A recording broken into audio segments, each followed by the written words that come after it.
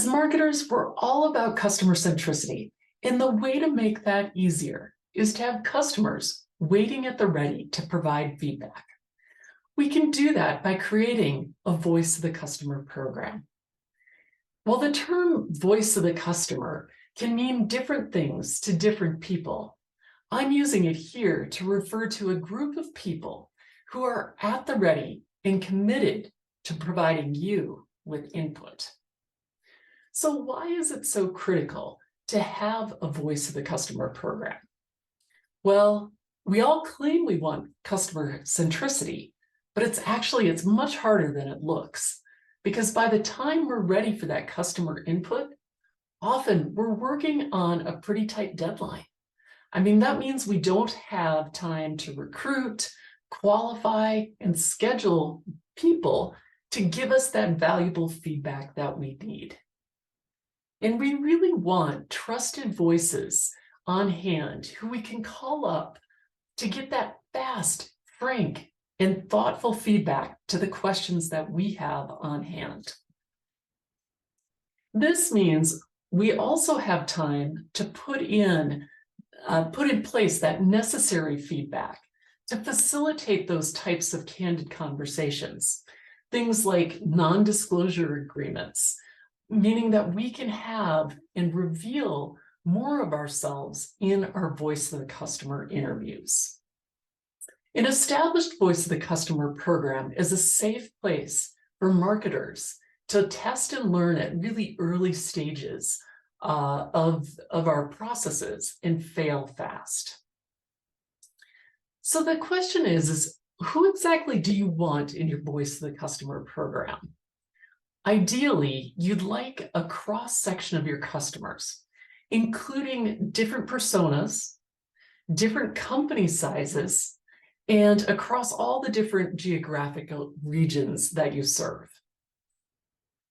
Now, here's the thing, is that people who volunteer for a Voice of the Customer program tend to be friendly, candid, which are great qualities and qualities we want, and they're not afraid to share their opinions. Ideally, they also have an affinity for your product. They really want to see you succeed. And while this is a really healthy group of individuals to guide you, just note that it can slightly skew your results because you're not getting the detractors in the room. That's okay though, because the Voice of the Customer represents kind of a starting point for getting that early feedback. You will continue to test and learn throughout your marketing process. So why would somebody want to join a Voice of the Customer panel? Oftentimes these are not paid or rewarded. People are volunteering their time and their energy. So, like we've stated, the people who volunteer for a Voice of the Customer panel often have just kind of a natural affinity for this product. They see the value that it's brought to their lives, and they want to share that value with others, making sure that the product succeeds. And they oftentimes get a sense of satisfaction from making a difference and get a sense of pride from contributing to shape the product that means something to them. I know I feel that way about some of my favorite products. So in other words, they support your cause. For other individuals, they might choose to be on a Voice of Customer panel because it helps them step out of their day-to-day work routine. Maybe they don't get listened to so much in their day-to-day job, and this is a chance for them to really feel like their voices are getting heard. The Voice of the Customer also provides a chance for individuals to network and connect with other people. In fact, some organizations bring together their Voice of the Customer programs and people in those programs on a regular basis so that they can form relationships with each other and really help to expand their networks and know each other on a deeper level. All right, so we've picked people to be in our program. We understand why we're doing it, and we understand the motivations of some of the people who are in the group.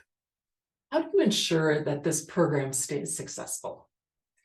Well, one of the things you can do is create a predictable and repeatable cadence, whether that's weekly or biweekly, monthly, quarterly, or even yearly. Just having that stake in the ground and setting the expectation helps to normalize the activity, and it also helps to reserve time on people's calendars. We're all so busy, it helps to have that time protected in advance. The other way you can ensure success is by setting a really clear agenda for the meeting so that people know what to expect and how they'll be able to contribute. Stay true to your time boxes and make sure all voices are heard. Nobody wants to be invited to a focus group and then stay silent the whole time.